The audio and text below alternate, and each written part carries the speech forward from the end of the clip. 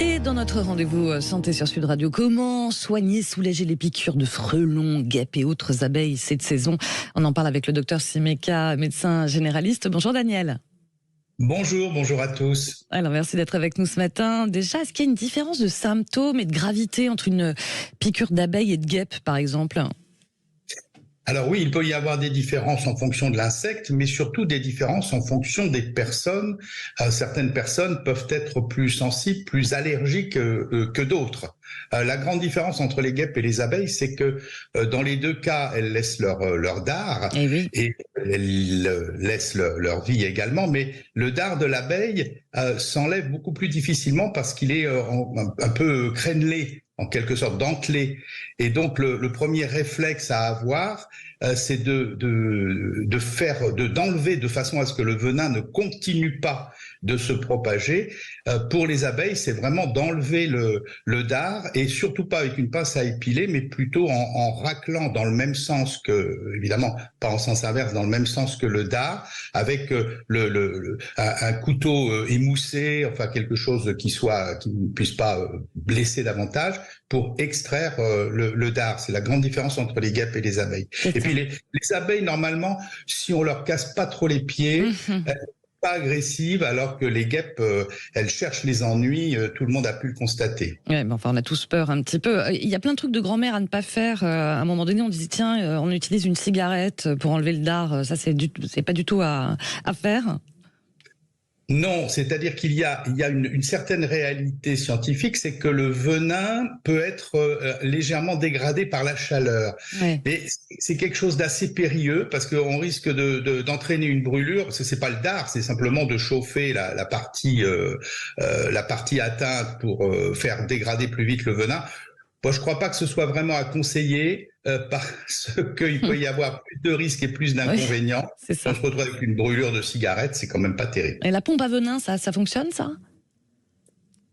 Ça n'a pas beaucoup d'intérêt. Je crois que le grand conseil, c'est d'abord le lavage. Il faut laver tranquillement à l'eau, au savon, sans frotter. Il faut rincer pour essayer d'éliminer un peu au maximum le venin.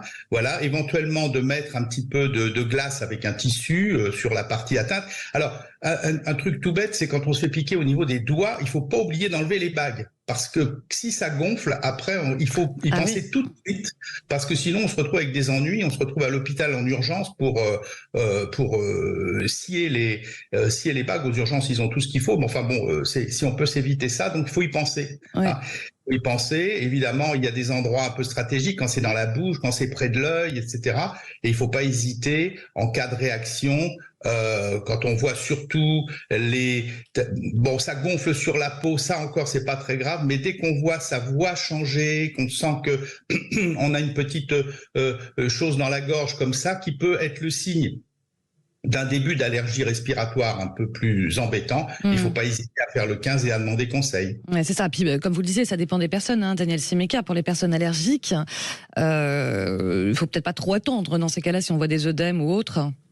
Oui, il y a les gens qui sont allergiques après une première piqûre d'insecte, et puis il y a les gens qui font des réactions de façon cumulative parce que ils sont régulièrement piqués. Évidemment, on pense aux apiculteurs, par exemple, et les apiculteurs en général, ils ont des combinaisons, puis bon, ils connaissent leur métier, on n'a pas tellement de conseils à leur donner, ils savent bien faire les choses, mais il y a cette caractéristique de personnes qui, en accumulant au début, ça ne fait rien, et puis à force de se faire piquer, ça développe des symptômes de plus en plus allergiques et de plus en plus sérieux. Voilà. Et en ce qui concerne les piqûres de frelons, alors, parce que là on évoquait les guêpes et les abeilles.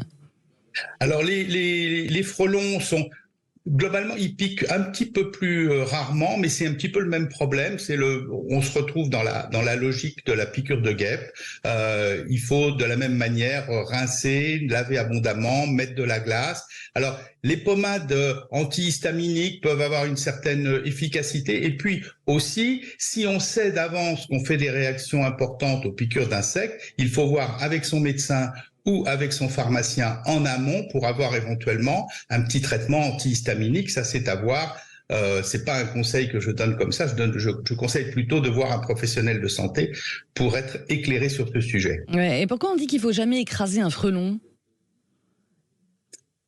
Oh, Bon, bon. Enfin, Vous avez l'air un peu je suis pas sceptique. spécialiste des insectes, je ne sais pas. Dans tous les cas, là, forcément, c'est la saison. Bon, le réchauffement climatique n'aide pas, ou bon, honnêtement, c'est un sujet qu'on retrouve à chaque été, en fait. Cela dit, les abeilles, malheureusement, Oui, et oui, il y en a de moins en moins.